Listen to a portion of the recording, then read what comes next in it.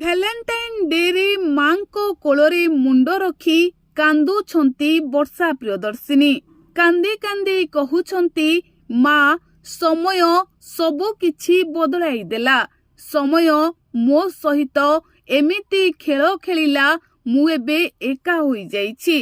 ଦର୍ଶକ ବନ୍ଧୁ, ଅତୀତର କଥାଗୁଡ଼ିକୁ ମନେ ପକାଇ ବର୍ଷା ପ୍ରିୟଦର୍ଶିନୀ ମାଙ୍କ କୋଳରେ ମୁଣ୍ଡ ରଖି କାନ୍ଦି ପକାଉଛନ୍ତି। ଆଉ କହୁଛନ୍ତି, ଆଉ ମନେ ପକାଉଛନ୍ତି ଅତୀତର ସେହି ଦିନ ଗୁଡ଼ିକୁ।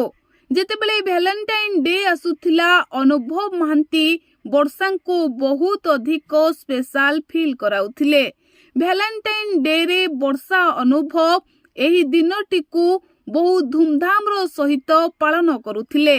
କିନ୍ତୁ ସମୟ ଏବେ ସବୁ କିଛି ବଦଳାଇ ଦେଇଛି।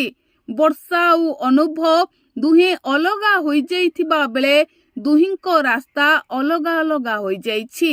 ଆଉ ଅନୁଭବ ମହାନ୍ତି ଜାଗୃତି ଶୁକ୍ଲାଙ୍କ ସହିତ ପ୍ରେମ ଦିବସକୁ ପାଳନ କରୁଛନ୍ତି।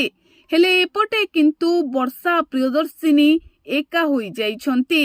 ସବୁବେଳେ ହସୁଥିବା, ଅନ୍ୟ ପାଇଁ ମଙ୍ଗଳ ଚିନ୍ତା କରୁଥିବା ଆଉ ଅନ୍ୟ ଓଠରେ ଖୁସି ଫୁଟାଉଥିବା ଝିଅଟି ନିଜେ ଦୁଃଖରେ ଅଛନ୍ତି। ଦର୍ଶକ ବନ୍ଧୁ, ଲୋକେ କହୁଛନ୍ତି ଆଜି ଯେତେବେଳେ ଭ୍ୟାଲେଣ୍ଟାଇନ୍ ଡେ, ସେତେବେଳେ ବର୍ଷା ପ୍ରିୟଦର୍ଶିନୀ ଅନୁଭବ ମହାନ୍ତିଙ୍କୁ ମନେ ପକାଉଥିବେ ଆଉ ମାଙ୍କୁ କହୁଥିବେ, ମା ମୁଁ ମୋ ନିଜ ଅଜଣାତରେ ଯେଉଁ ଭୁଲ କରିଦେଲି, ସେହି ଭୁଲ ପାଇଁ ମୁଁ ଆଜି ପସ୍ତାଉଛି। ଯଦି ତୁମ କଥା ମାନିଥାନ୍ତି, ଯଦି ତୁମ କଥାରେ ମୁଁ ରାଜି ହୋଇଯାଇଥାନ୍ତି, ତାହେଲେ ମୋତେ ଏ ଦିନ ଦେଖିବାକୁ ପଡ଼ିନଥାନ୍ତା।